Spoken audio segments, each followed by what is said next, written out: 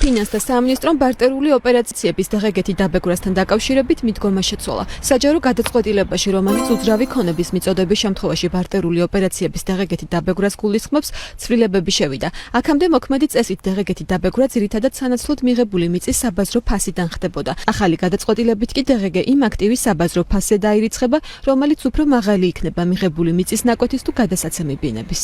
მაგალითი რომ მოვიყვანოთ, თუ მანამდე სამშენებლო კომპანია 60,000 სღირებულების მიწის ნაკვეთის სანაცვლოდ გადაცემდა დაუშვათ 100,000 ბინას და ჯამში 100,000 აქტივს და 20,000 იყო ფულადი თანხა. აქამდე ამბობდა შესაბამისი უწყება, რომ 60,000-ისთვის უნდა გამოგვეკლო ეს 20,000. ეხლა კი რახან უდიდესი თანხა არის გადასაცემი ბინების ღირებულება, ანუ მიწოდებული აქტივის ღირებულება, ამბობენ რომ 100,000 უნდა გამოვაკლოთ დამატებული თანხა.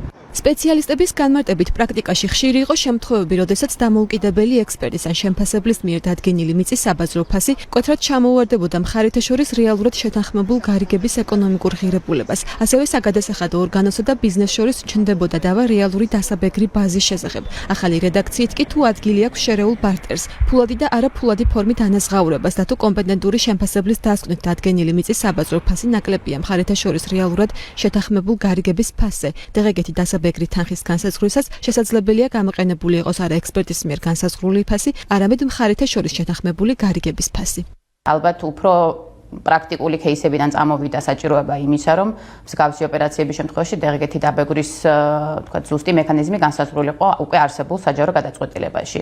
შესაბამისად, თუ მხარეები თქვა გადაწყვეტენ, რომ უფრო მაღალ ღირებულებაზე შეთანხმდნენ, ვიდრე არის მიწის ნაკვეთის საბაზრო ფასი, მხარეებს ეცოდინება წინასწარ, რომ ამ შემთხვევაში დღეგეთი დასაბეგრი ოპერაციის თანხაც იქნება უფრო მეტი და თქვა მეტი გადასახადიც გადახდა მოუწევს, თუმცა ნუ ეს წინასწარ რადგან იქნება განსაზღვრული და ცნობილი არის მხარეებისთვის, შესაბამისად განჭვრეტადი არის საგადასახადო ვალდებულებები მათთვის. ფაქტობრივად ეს არის მანამდე დაშვებული ხარვეზის აღმოფხვრა, იმიტომ რომ ფაქტობრივად წინა საჯარო გადაწყვეტილება ნებისმიერ შემთხვევაში ამბობდა, რომ სანაცვლოდ მიღებული მიწის საბაზრო ფასიდან უნდა მომხდარიყო დაბეგვრა, რაც შეიძლება ითქვას, რომ ლოგიკურია, მაგრამ იცით რა, საბოლოო ჯამში პრობლემა იმაშია, რომ ესეთ საკითხები უნდა ეწეროს კანონში.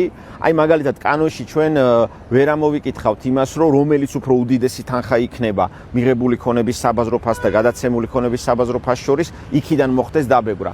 სამწუხაროდ ბევრი ესეთი თემები, რაც კანონის დონეზე უნდა იყოს გადაწყვეტილი, წყდება მიდგომების დონეზე და წინასწარი გადაწყვეტილების დონეზე და მეორე სამწუხარო ის არის, რომ ეს მიდგომების და გადაწყვეტილებაში ჩაწერილი წესებიც იცვლება ძალიან მალე.